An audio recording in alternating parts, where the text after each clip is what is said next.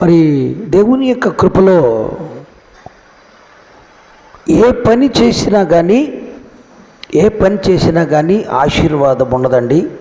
కానీ దేవుని పని చేస్తే అది ఆశీర్వాదం. అది ఎలా ఉంటుందంటే మన పిల్లల వరకు అది ఆశీర్వాదకరంగానే ఉంటుంది.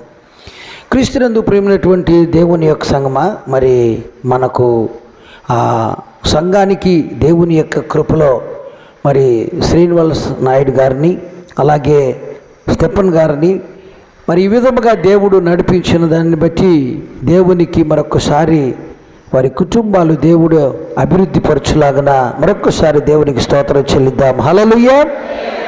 క్రీస్తునందు ప్రేమైనటువంటి దేవుని యొక్క సంగమా, మరి సమయంలో వాక్య భాగంలోకి వెళదాం. 126వ కీర్తన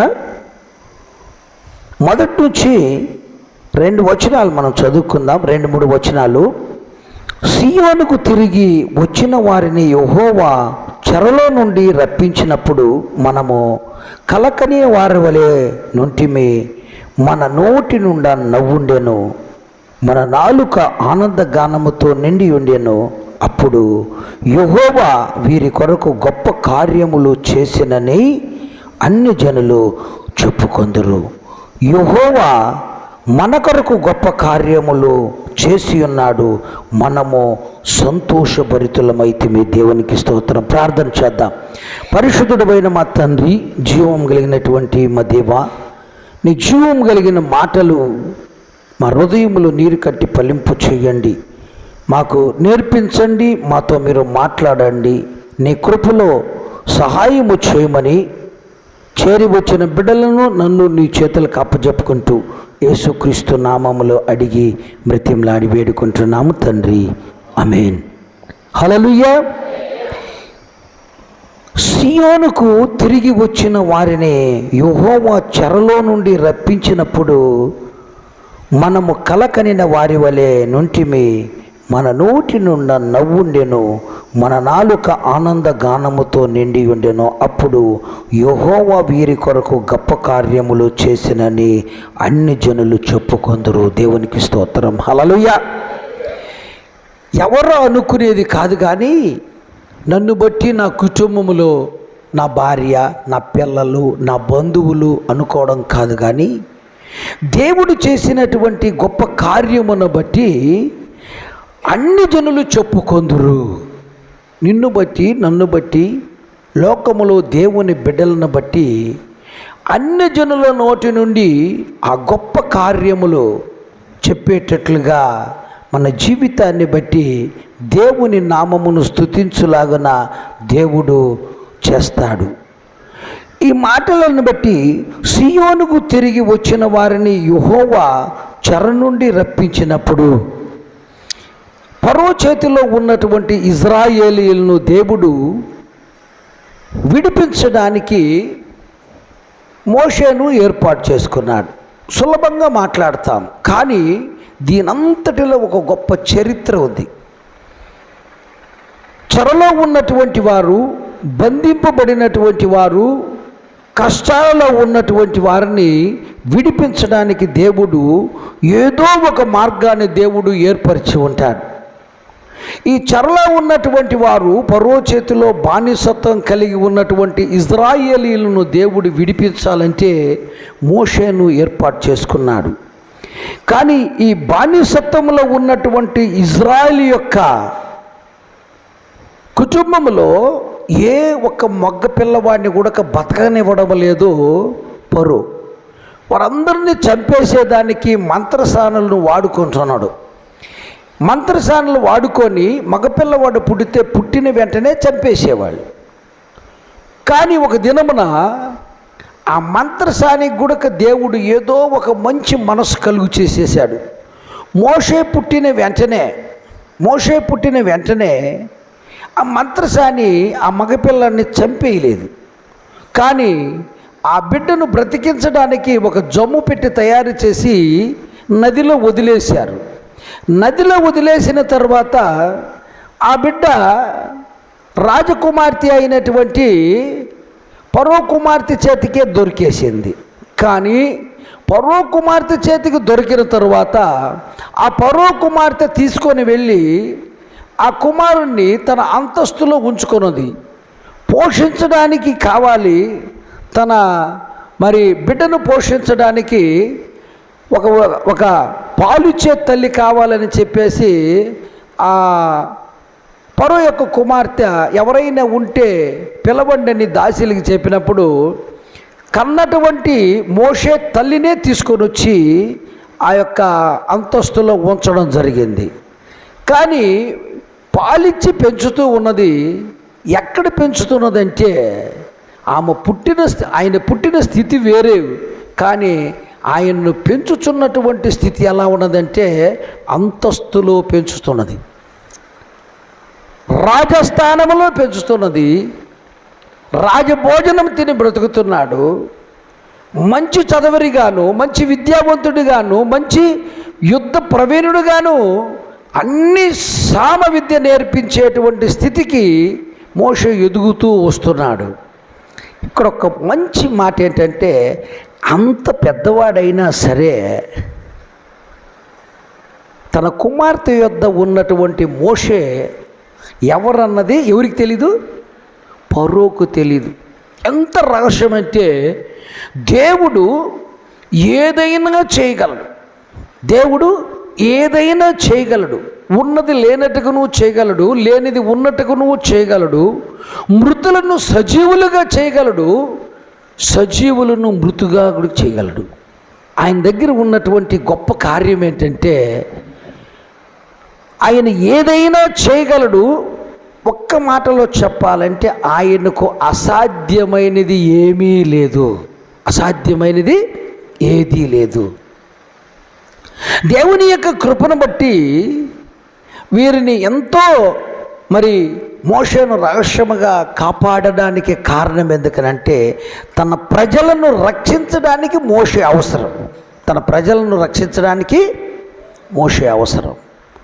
ఈరోజు నువ్వు అనుకుంటున్నవేమో నేనేందో లేని, కానీ దేవుని ఉద్దేశంలో నువ్వు అవసరం, అంతే.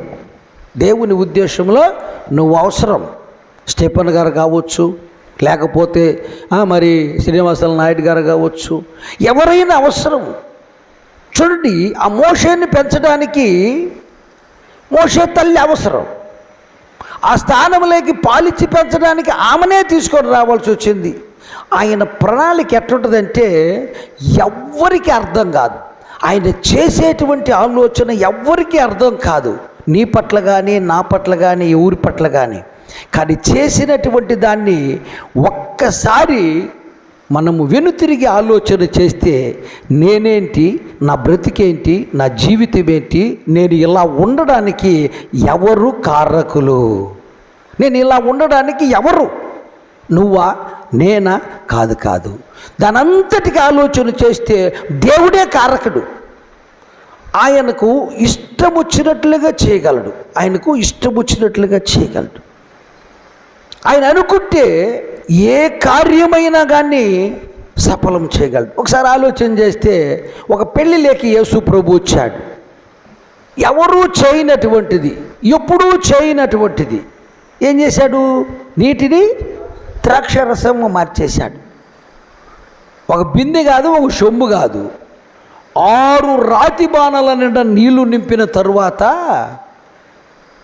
అవి మధురమైనటువంటి ద్రాక్షరసముగా మార్చేసేసాడు. నీటిని ద్రాక్షారసముగా మార్చినప్పుడు అక్కడ ఒక ఆశ్చర్యము. మొదట మాకిచ్చినటువంటి ద్రాక్షారసము కంటే ఇంత మధురమైనటువంటి ద్రాక్షారసము మీరు దాచిపెట్టుకొని మాకు మంచిది పోయలేదని చెప్పేసి అక్కడ ఒక ప్రచారం జరిగిపోయింది. కారణం ఏంటంటే, దేవుని యొక్క ఉద్దేశంలో ఆయనకు అసాధ్యమైనది ఏదీ లేదు. లాజరు చనిపోయాడు కదా, లాజరు చనిపోయాడు. 4 రోజుల తరువాత వాళ్ళు అంటున్నారు, ఈ లాజరు వాసన కొడుతుంటాడేమో లోపల. అయ్యా, చనిపోయి 4 రోజులైంది అయ్యా, వాసన కొడుతున్నారని అంటే, అక్కడికి వెళ్ళిన తర్వాత చనిపోయినటువంటి లాజరును బ్రతికించడానికి ఒక గొప్ప కార్యం జరిగింది. కారణం ఏంటంటే, వాళ్ళు వాసన కొడుతున్నారంటే, కానీ వాసన కొట్టుతున్నటువంటి ఆ యొక్క శవాన్ని మనం అనుకుంటే దానిని బ్రతికించడానికి ఈయన శక్తి కలిగినటువంటి వాడు. అలాగే ఈ పరువు చేతిలో చిక్కుబడిపోయి కష్టపడుతూ బాధపడుతూ వాళ్ళు చేసేటువంటి శ్రమలన్నింటినీ అనుభవిస్తున్నటువంటి ఈ ఇజ్రాయేలీలు ఏంటి? ఎవరు? దేవుని బిడ్డలే. ఆ దేవుని బిడ్డలను విడిపించడానికి మోషేను ఏర్పాటు దేవుడు చేసుకున్నాడు కదా. కానీ దేవునికి ఇష్టమైతే నిన్ను నన్ను కూడా ఎంత కష్టంలోనైనా విడిపించగలడు. దేవునికి ఇష్టమైతే ఎంత వ్యాధిలో నుంచైనా నిన్ను స్వస్థపరచగలడు. దేవునికి ఇష్టమైతే ఎట్టాచోళ్ళనైనా దేవుడు మరి మేలుతో నింపి సహాయం చేయగలడు. అందుకే ఒక ఆయన అంటాడు, కుష్ఠరోగి యేసు ప్రభు దగ్గరికి వచ్చి మాట్లాడుతున్నాడు. ఏమంటున్నాడంటే, నీకిష్టమైతే నన్ను ముట్టి స్వస్థపరచమన్నాడు. ఆయన అంటాడు, నాకిష్టమే. వాస్తవం. దేవునికి ఇష్టమైతే ఏదైనా జరిగిపోద్ది. ఈరోజు మనం ఇక్కడ కూర్చున్నాం, మనకేం పని లేక కాదు. కానీ దేవుని సన్నిధానంలో మనం ఉన్నామంటే, దేవుణ్ణి మనం స్తుతిస్తున్నామంటే, దేవుణ్ణి మనం ఆరాధిస్తున్నామంటే అది దేవునికి ఎంతో ఇష్టం. దేవునికి ఎంతో ఇష్టం. ఎందుకనంటే దేవుణ్ణి స్తుతించేవాళ్ళు, దేవుణ్ణి గణపరిచేటువంటి వాళ్ళు చాలా అవసరం. వారమంతా మనం కష్టపడ్డాం, రాత్రి పగులు పని చేసుకొని ఉండొచ్చు, కానీ దేవుని సన్నిధానంలో ఆయన్ను స్తుతించి, ఆయన ఆరాధించి, ఆయన గణపరిచినప్పుడు ఇక రాబో దినాలన్నీ కూడా దేవుడు మనల్ని ఆశీర్వదిస్తాడు. అలాగే ఇశ్రాయేలీయులను మోషే ఏ విధముగా విడిపించాలనో దేవుడు ప్రణాళిక ప్రకారంగా ఏర్పాటు చేసుకున్నాడు. ఒకసారి మనం ఆలోచన చేస్తే, దేవుడు మన మీదకి వచ్చేటువంటి ఎంతటి శత్రువునైనా ఆయన నిర్మూలం చేసేస్తాడు. ఎంతటి శత్రువైనా సరే. ఈ ఇజ్రాయేలీను శత్రువులు తరుముకుంటూ వచ్చేసారు, కానీ ముందు సముద్రం ఉన్నది, వెనక శత్రువులు వస్తున్నారు. ఈ ఇజ్రాయేలీలు మోషేతో అంటున్నారు, ఎందుకయ్యా అక్కడ ఏదో పని చేసుకొని మేము బ్రతుకుతుండే వాళ్ళం కదా, మమ్మల్ని తీసుకొని వచ్చేసి ఇప్పుడు వాళ్ళ చేత మమ్మల్ని చంపేదానికి తీసుకొచ్చినవా, లేకపోతే ఆ నీళ్ళల్లో పడి చచ్చిపోమంటవా, మమ్మల్ని ఏం చెయ్యాలని చెప్పేసి మోషే మీద సనుగుకుంటుంటే దేవునితో ప్రార్థన చేశాడు. అయ్యా ఇలా అంటున్నారు అన్నప్పుడు ఆయన అన్నాడు, ఇదిగో ప్రవక్తలను ఆ మందసాన్ని మోసుకొని పోయేటువంటి వాళ్ళు ఆ మందసాన్ని తీసుకొని ఆ సముద్రం యొక్క నీళ్ళల్లో కాలు పెట్టమను. వెంటనే వాళ్ళు ఏం చేశారంటే, ఆ మందసాన్ని మోసుకొని పోతున్నటువంటి వాళ్ళు వారి యొక్క కాళ్ళను ఆ నీళ్ళల్లో పెట్టిన వెంటనే ఒక్కసారి తెరగా మారిపోయింది. ఏం సముద్రం అదే? ఎర్ర సముద్రం ఒక తెరగా మారిపోయింది. దాంట్లో ఎంతమంది నడిచిపోయారంటారు? ఎంతమంది నడిచిపోయారు? 20 లక్షల మంది నడిచిపోయారు. 20 లక్షల మంది నడిచి అవతలకి వెళ్ళిపోయారు. అంటే 20 లక్షల మంది నడిచిపోతున్నారంటే ఎంత గోలగా ఉంటుందో మీరు ఒకసారి ఆలోచన చేయండి. అది ఎంత పెద్ద దారి అయి ఉంటుందో. వాళ్ళు అవతలి ఒడ్డుకు ఎంత స్పీడ్గా పోయి ఉంటారంటే, ఎందుకు పోయారంటే వెనక పక్క శత్రువు వస్తున్నారు కాబట్టి తొందరగా నడిచి, మరి స్త్రీలైతే పిల్లలు జిగజారిపోతుంటే ఎగేసుకుంటా ఎత్తుకుంటా అవతలికి దాటి వెళ్ళిపోయారు. భయం. కానీ శత్రువులు వస్తున్నారు. గోడలాగా నిలబడినటువంటి నీళ్లు అవతల ఒడ్డు నిలబడి వాళ్ళు తిరిగి చూస్తే శత్రువులు ఆ సముద్రంలోకి వచ్చేసారు. అవి ఆ నీళ్లు వారి మీదకి వచ్చేసినాయి, ముంచి పడేసేసాయి. ఒక్కళ్ళు కూడా మిగలలేదు. అవతల పక్కకి వెళ్ళిన తర్వాత వాళ్ళకు ఆ భయము వీళ్ళు మునిగిపోతుంటే చూసి అప్పుడు అనుకున్నారు, దేవుడు చేసినటువంటి గొప్ప కార్యాన్ని తమ హృదయంలో విశ్వసించారు.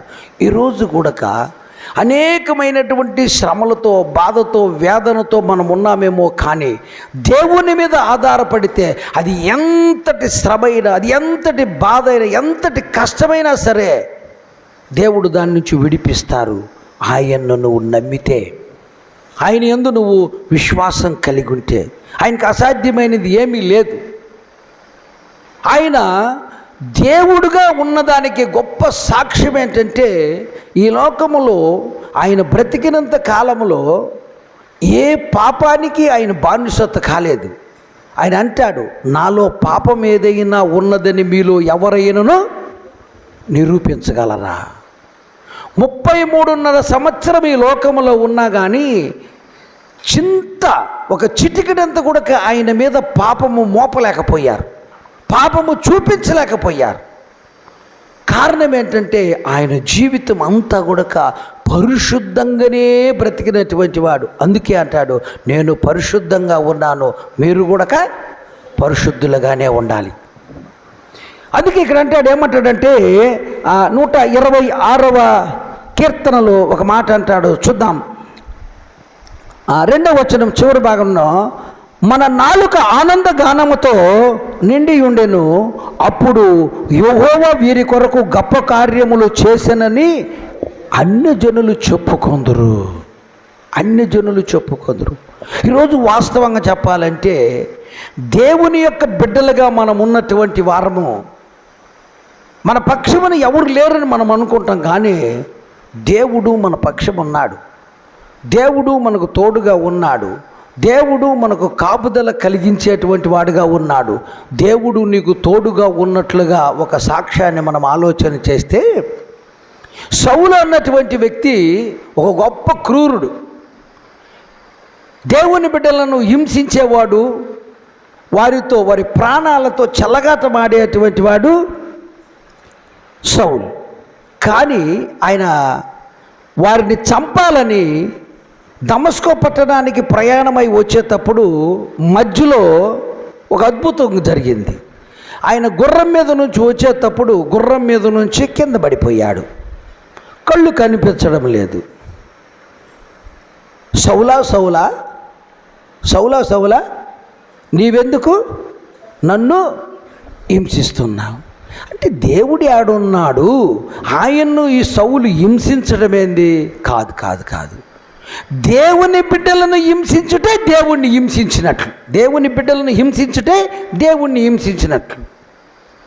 ఆయన వెళ్ళేటువంటి మార్గములో దేవుని బిడ్డలను చంపాలని బయలుదేరి వెళ్ళిపోతూ ఉన్నాడు. కానీ అక్కడ మధ్యలో జరిగినటువంటి గొప్ప అద్భుతం ఏంటంటే, కాలిరిగో చెయ్యిరిగో లేకపోతే ఇంకొకటి జరిగి ఉంటే ఏం లేదు, మళ్ళా ఆయన తేరుకొని మళ్ళీ కత్తి తీసుకొని వెళ్ళిపోయి ఉండేవాడు. కానీ అక్కడ జరిగిన గొప్ప అద్భుతం ఏంటంటే, ఏం కనపడలేదు? కళ్ళు కనపడలేదు. మానవునికి కళ్ళు ఒక దీపం లాంటిది. కళ్ళుంటే ఎక్కడికైనా వెళ్ళగలం, కళ్ళుంటే ఏదైనా చేయగలం. కానీ దేవుడు కళ్ళు కనిపించకుండా చేశాడు, తీసేయలేదు, కళ్ళు కనిపించకుండా చేసేశాడు. ఎప్పుడైతే కళ్ళు కనిపించకపోయిందో తన మనస్సు మారిపోయింది, తన ఆలోచన మారిపోయింది, తాను అనుకున్నటువంటి యొక్క కార్యక్రమాన్ని మార్చేసుకున్నాడు. చంపాలనుకున్నవాడు చంపడానికి ప్రయత్నం చేయలేకపోయాడు. కారణం ఏంటంటే తన కళ్ళు కనిపించకపోవటం వలన. ఈరోజు కూడా ప్రతి మనిషిలో కూడా ఆ కళ్ళు ఉంటేనే మనం అన్ని జీవితాలలో జీవించగలం. అలాగే ఈ సౌలు ఎప్పుడైతే ఈ కళ్ళు కనిపించకుండా పోయినప్పుడు యేసు ప్రభు అంటే, సౌలా సౌలా నీవెందుకు నన్ను హింసిస్తున్నావు? ఈరోజు వాస్తవంగా దేవుని బిడ్డల పక్షమున ఎవ్వరూ లేరని మనం అనుకుంటాం. దేవుడు మన పక్షమున తోడుగా ఉంటాడు. దేవునికి స్తోత్రం కలుగునుగాక. హల్లెలూయా. మరి అయ్యగారు ఇద్దరు సాక్ష్యం చెప్పారు. వారికి ఎవరు లేరు. ఇప్పుడు అయ్యగారు విజయవాడ నుంచి ఇక్కడికి వచ్చారు. ఏదో పొలం కొనుక్కొని ఇల్లు కొట్టుకొని ఏదో వాళ్ళ బాధలు వాళ్ళు పడాలని. ఎవరు మనకు లేరన్నా కానీ దేవుడు అన్ని విషయాల్లో దేవుడు సాయం చేస్తాడు. ఎందుకనంటే మనకు ఆధారముగా ఉన్నటువంటి వాడు దేవుడే. అందుకే ఒక మాట అక్కడ 20 చూద్దాం, 22వ కీర్తన 22వ కీర్తన ఒకసారి చదువుదాం.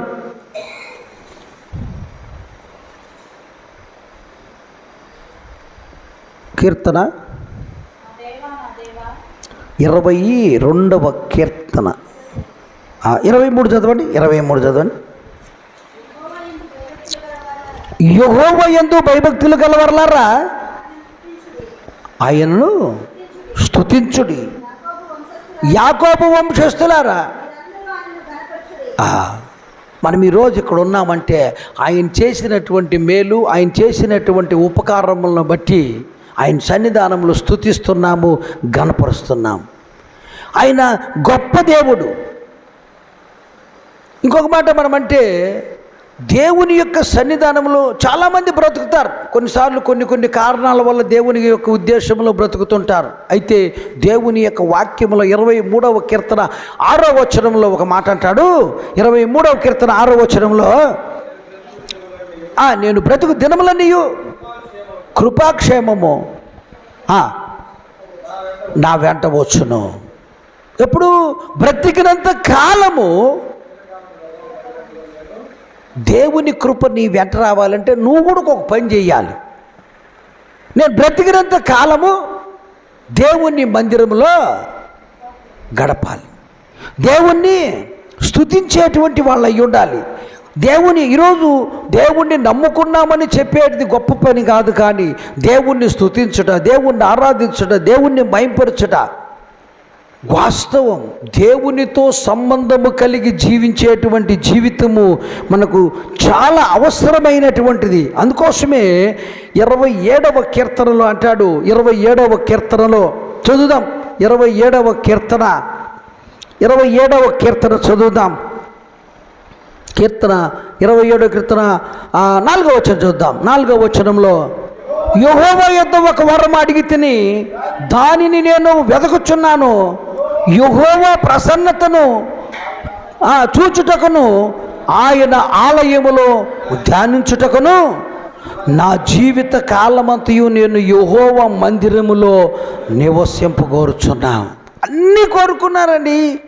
భూములు, బుట్టలు, ఇల్లు, వాకిలి, భార్య, పిల్లలు, ఆస్తి, అంతస్తులు, బంగారు, ఇంకా రకరకాలుగా కార్లు, ఏరోప్లేన్లు, ఇంకా ఏమేమో కోరుకున్నావు. కానీ ఎన్ని కోరుకున్నా సమానమైనటువంటిది ఒక్కటి. దాన్ని అంటాడు, నా జీవిత కాలమంతయు నేను యెహోవా మందిరములో నివసింపగోరుచున్నాను.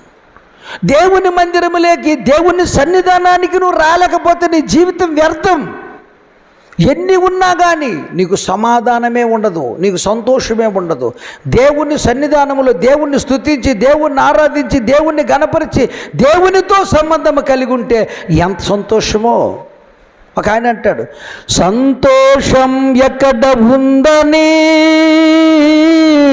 సమాధానమెచట నాకు దొరికేనని జగమంతా వెతికాను, జనులందరిని అడిగాను. జగమంతా వెతికాను, జనులందరిని అడిగాను. చివరికది నీలోనే కనుగొన్నాను.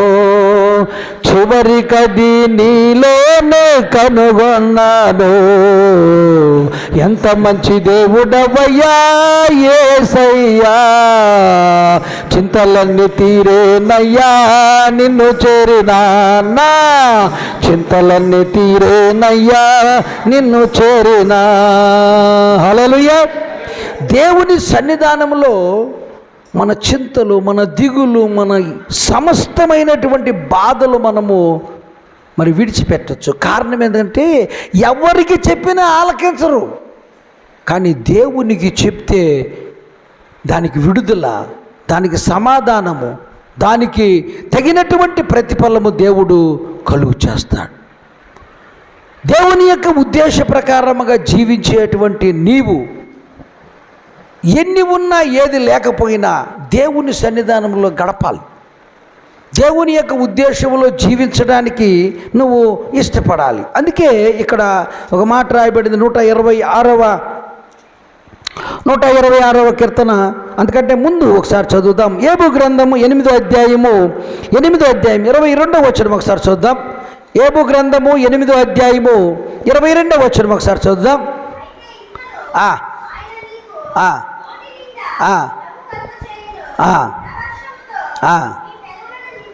అది దేవుడు మనకు సంతోషం కలుగు చేస్తాడు. దేవుని సన్నిధానంలో మనకు సంతోషం, దేవుని సన్నిధానంలో మనకు ఆనందం, దేవుడే మనకు సహాయము చేయవాడు. అందుకోసమే దేవుని యొక్క సన్నిధానంలో, దేవుని యొక్క ఉద్దేశములో జీవిస్తున్నటువంటి మనకు దేవుడు సమాధానమును సంతోషమును కలుగు చేయగలిగినటువంటి వాడు. అందుకోసమే ఇక్కడ అంటాడు, ఏబు గ్రంథం 8వ అధ్యాయము 22వ వచనం.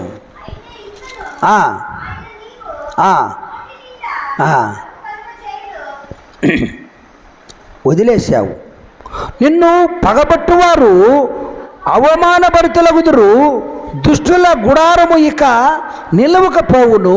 అయితే ఇంకను ఆయన నీకు నోటి నుండా నవ్వు కలుగు చేయును, ప్రార్షముతో నీ పెదవులను నింపును. దేవునికి స్తోత్రం. శత్రువులను సంహరించగలిగిన వాళ్ళు మనం తప్పలేం, మనం వాళ్ళ నుంచి ఏమీ చేయలేం. మన మీదకి అనేక మంది శత్రువులు ఉంటారు. ఈరోజు ఆ ఇజ్రాయేలీయులను ఎర్ర సముద్రము దాటి అవతలకి వెళ్ళిపోయిన తరువాత వాళ్ళు చూస్తూ ఉంటే ఎంత సంతోషమో, ఎంత నవ్వో, ఎంత ఆనందమో. వాళ్ళ చేతిలో నుంచి దేవుడు తప్పించేది. అంతేకాకుండా ఆ సముద్రాన్ని 2 పాయలు చేసి ఆరిన నేలన అవతలకి దాటిచ్చిన వారికి ఉన్నటువంటి సంతోషం ఎంత అంటే ఎంతో సంతోషం. క్రీస్తునందు ప్రియమైనటువంటి వారలారా, కొన్నిసార్లు మనం బాధపడిపోతాం. అయ్యో ఎందుకు ఇలా జరిగిపోయింది, ఎందుకు ఇలా జరిగిపోయింది, ఇది ఎందుకు జరిగింది ఈ విధంగా అని కొన్నిసార్లు మనం చాలాసార్లు బాధపడిపోతాం. దేవుడు చేసినటువంటి గొప్ప కార్యములను కూడా మర్చిపోయి బలహీనమైనటువంటి స్థితిలో మనం ఉంటాం. కానీ తదనంతరం వచ్చేటువంటి ఆలోచన వేరుగా ఉంటుంది. అందుకోసమే ఇక్కడ అంటాడు, ఏమంటాడంటే చూద్దాం 5వ వచనంలో, కన్నీళ్లు విడుచుచు విత్తువాడు సంతోష గానముతో పంట కోయును. మొదట దుఃఖమే, మొదట బాధ, మనకు సరైనటువంటి సమాధానం లేదు, మనల్ని ఆదరించే వాళ్ళు లేరు, బంధువులు లేరు. చివరికి ఏబూను కదా దూషించినట్లుగా భార్య కూడా దూషించది, నిందిస్తుంది. ఒకవేళ అవసరమైపోతే పిల్లలు కూడా కంటారు, ఏం నాయన, ఏం భర్త, ఏంది మా పరిస్థితి ఎలాగా, పిల్లలకు మంచి బట్టలు లేవు, తినడానికి తిండి లేదు, మమ్మల్ని ఎందుకు ఇలా చేస్తుండావు ఏంటి అని చెప్పేసి నిందించేటువంటి వాళ్ళు కూడా లేకపోలేదు. కుటుంబంలో దుఃఖం, కుటుంబంలో వేదన చెందిపోయేటువంటి పరిస్థితి కూడా వస్తుంది. కానీ తదనంతరం ఆలోచిస్తే దేవుడు అంతకంతకు దేవుడు ఆశీర్వదించిన తర్వాత ఇదంతా ఎలా జరిగిపోయిందో, ఇదంతా ఎట్ట జరిగింది, అయ్యో మా పరిస్థితి ఇలా ఉన్నది కదా, మా బ్రతుకులు ఇలా ఉన్నాయి కదా, కానీ ఇంత గొప్ప స్థితిలో దేవుడు మనల్ని ఆశీర్వదించాడని ఆ గత జీవితాన్ని తలుచుకుంటే దుఃఖము, మళ్ళీ మనం ఆలోచన చేస్తే సంతోషం. అందుకే కన్నీళ్లు విడుచు విత్తువాడు సంతోషగానముతో పనులు మోసుకొని ఇంటికి వస్తాడు. చాలామంది వాస్తవం చెప్పాలంటే బీడు భూమిగా ఉండేటువంటిది, వర్షాన్ని నమ్ముకొని పంటలు వేసేవాళ్ళు చాలామంది. కానీ వేసినటువంటి పంట దేవుని కృపను బట్టేసేసి మంచి పంటగా వచ్చేస్తే 10 బస్తాలు అవ్వాల్సినటువంటి 20 బస్తాలు పంట చేతికి వచ్చేదనుకో, ఎంత సంతోషమో. ఆ రోజు వర్షం మీద ఆధారపడి, దేవుని మీద ఆధారపడి, ప్రభు ఇదిగో నేనైతే ఈ పంట వేస్తున్నాను, నువ్వే నాకు సహాయము చేయాలని దేవుని మీద భారం కలిగి చేసినటువంటి ఆ పంట సంతోషభరితమైనటువంటి స్థితిలో పండితే ఎంత సంతోషమో, ఎంత సంతోషమో. ఈరోజు మన జీవితంలో కూడా అంతే. కొన్నిసార్లు కష్టాలు వస్తాయి, కొన్నిసార్లు దుఃఖాలు వస్తాయి. కానీ దాని తదనంతరం వచ్చేటువంటి సంతోషము ఎంత సంతోషం అంటే అది చెప్పజాలనంత సంతోషము దేవుడు మనకు కలుగు చేస్తాడు. దేవునికి స్తోత్రం కలుగునుగాక. హల్లెలూయా. అందుకోసమే దేవుని యొక్క కృపను బట్టి ఇర్మియా గ్రంథము ఒకసారి మనం చదువుదాం. 31వ అధ్యాయము 9వ వచనం ఒకసారి చదివితే, ఇర్మియా గ్రంథము 31వ అధ్యాయం 9వ వచనం చూద్దాం.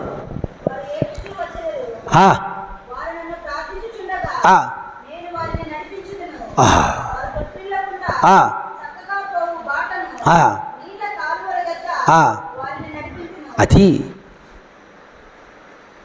ఏం చేస్తే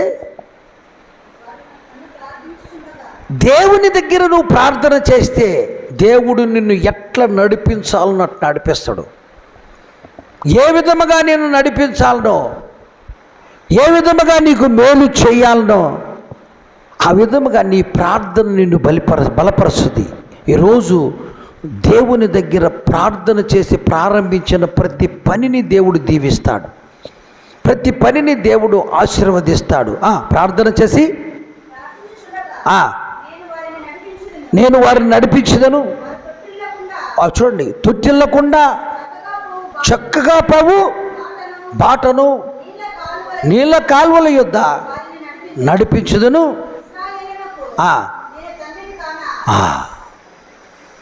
మన అబ్బ కాదు మనకు తండ్రి, మనకు దేవుడు ఒకడు ఉన్నాడు, ఆయనే మనకు తండ్రి. ఆయన నడిపించే మార్గము నీటి ఊటల మధ్య నడిపించగలడు. సమృద్ధి కలిగినటువంటి మార్గములో నిన్ను నడిపించగలడు. చేసే ప్రతి పనికి మొట్టమొదటిసారిగా కావలసినటువంటిది ఏంటంటే ప్రార్థనా జీవితం అవసరం. ఈరోజు ఆదివారము దేవుని సన్నిధానంలో ప్రార్థన చేసుకున్నాం. రేపటి నుంచి చాలా పనులు చేసుకోవాలి, కానీ వారమంతా దేవుని కృప నీ మీద ఉంటుంది. 6 రోజులు మనం పని చేసుకోవచ్చు. 7వ రోజున దేవుని సన్నిధానంలో తప్పనిసరిగా మనము ప్రార్థనతో దేవుణ్ణి ఆరాధించాలి, గణపరచాలి, మహింపరచాలి. ఎందుకనంటే మనము చేయబోయే ప్రతి పనిని ఆయన నడిపించగలిగినటువంటి మార్గము మేలుకరమైనటువంటి మార్గముగా ఉంటుంది.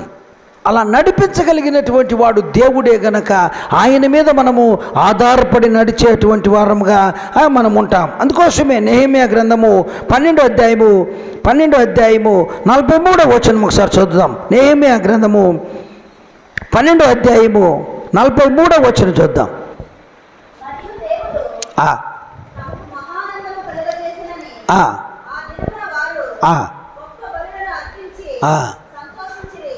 దేవుడు చేసిన మేలులకు నువ్వేం చేయాలంటే ఆయన సన్నిధానంలో ఆరాధించాలి, ఆయన సన్నిధానంలో ఆయన నిశ్చించాలి, ఆయన సన్నిధానంలో బలి అర్పించడం.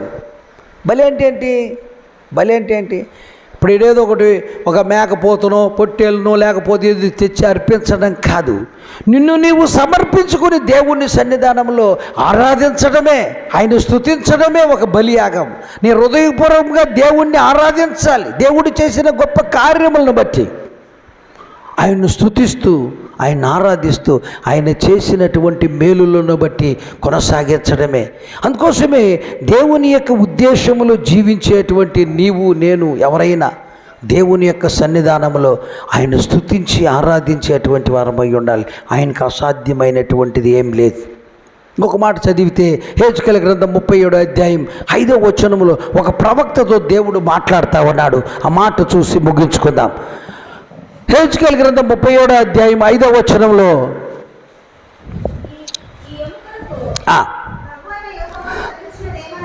ఈ ఎముకలకు ప్రభువైన యెహోవా సెలవిచ్చినదేమనగా మీరు బ్రతుకున్నట్లు నేను మీలోనికి జీవాత్మను రప్పించుచున్నాను.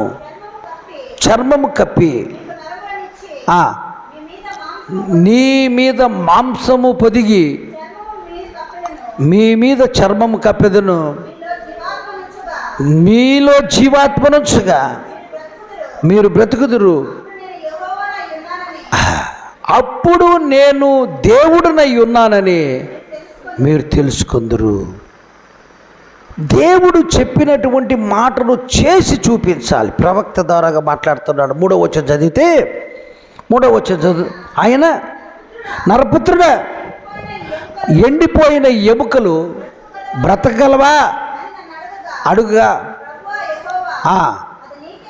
ప్రభువా యెహోవా అది నీకే తెలియను.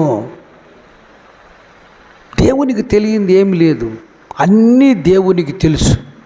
మాట్లాడిన మాటకు జవాబిచ్చేది కూడా మనం నేర్చుకోవాలి. కొన్నిసార్లు దేవుని యొక్క మాటకు వ్యతిరేకంగా జీవించే వాళ్ళు కూడా కొంతమంది ఉంటారు. ఈయన ఏమంటున్నాడంటే, దేవా అది నీకే తెలుసు, నీకే తెలుసు. అందుకు ఆయన ప్రవచనం ఎత్తి ఎండిపోయిన ఎముకలు ఎండిపోయిన ఎముకలారా యెహోవా మాట ఎండిపోయినటువంటి ఎముకలకు ఈయన చెప్పేటువంటి మాట ఆలకించబడ. మనం ఏమంటామంటే అసలు ఏం రా ఇది మాట్లాడమంటాడు, ఈడ చెవులు లేవు, మూతి లేదు, ముక్కు లేదు, ఏమీ లేవు, వీటితో మాట్లాడడమా? ఈ గోడతో మాట్లాడమంటే ఏముంటుంది? గోడకేముంది? ఏం లేదు. ఆ ఎండిపోయినటువంటి ఎముకలతో దేవుడు చెప్పినటువంటి మాట ప్రవక్త పలుకుతున్నాడు. ఎట్లా చెప్పాడు అట్టే పలుకుతున్నాడు. ఏమంటున్నాడంటే, ఈ ఎముకలను ప్రభు అయిన యెహోవా సెలవిచ్చినది ఏమనగా మీరు బ్రతుకున్నట్లు జీవాత్మను రప్పించేదను, చర్మము కప్పి మీకు నర్మలనిచ్చి పొదిగి కప్పెదను, మీరు బ్రతుకుదురు. అప్పుడు నేను యెహోవానై ఉన్నానని మీరు తెలుసుకొందురు. ఆయన నాకిచ్చిన, అర్థమైందండి, ఆయన నాకిచ్చిన ఆజ్ఞ ప్రకారము నేను దేవుడు చెప్పినటువంటి మాటల ప్రకారము ప్రవచించుచుండగా, ఈరోజు దేవుడు ఏదైతే చెప్పాడో అదే చెయ్యాలి మనం. అంతే, ఇష్టం వచ్చినట్టు చేయడానికి పోకూడదు. ఇష్టం వచ్చినటువంటి రీతిగా మనం ఒకవేళ చేసేయకపోతే యోనాను ఎట్ట సముద్రంలో పడేశాడో అలాంటి స్థితికి తీసుకొచ్చేస్తాం. దేవుని మాటకు లోబడి దేవుని మాట ప్రకారముగా నడుచుకున్నప్పుడు దుఃఖము కలిగినా సరే చివరికి మనకు సంతోషం. ఏబు యొక్క జీవితంలో దుఃఖం కలిగింది, అందరూ చనిపోయారు, ఒంటరిగా మిగిలిపోయాడు, భార్య దూషించింది. కానీ దేవుని మీద ఆధారపడి జీవించినటువంటి వారి చివరిలో రెండంతల ఆశీర్వాదం రావడానికి వీలు పడింది. కృష్ణనందు ప్రియమైనటువంటి వారలారా, ఈరోజు దేవునితో సంబంధం కలిగినటువంటి నీవు నిన్ను చూసి నువ్వు చెప్పుకోవడం కాదు, నన్ను చూసి నేను చెప్పుకోవడం కాదు, కానీ నిన్ను చూసి నన్ను చూసి ఎవరు చెప్పాలి? ఎవరు చెప్పాలి?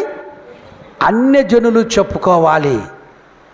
అరే వీళ్ళు కరెక్టరా, వీళ్ళ మాట కరెక్టు, వీళ్ళ రీతి కరెక్టు, వీళ్ళ ఆలోచన కరెక్టు, నిజమే, వీళ్ళు దేవుని మీద కరెక్ట్గా ఆధారపడ్డారు కాబట్టి ఈ స్థితిలో ఉండారన్నటువంటి సాక్ష్యము అన్యజనులు చెప్పేటువంటి రీతిలో దేవుని మాటను బట్టి బ్రతికేటువంటి వారమై మనం ఉండాలి. అందుకోసమే ఆ విధమైనటువంటి స్థితిలో మరి మనము బ్రతకాలని, ఆ విధంగా సాక్షిగా ఉండాలని మనవి చేస్తూ మరి ఈ మాటలు నేను ముగిస్తున్నాను. దేవుడు తన పరిశుద్ధ వాక్యాన్ని దీవించి ఆశీర్వదించునుగాక.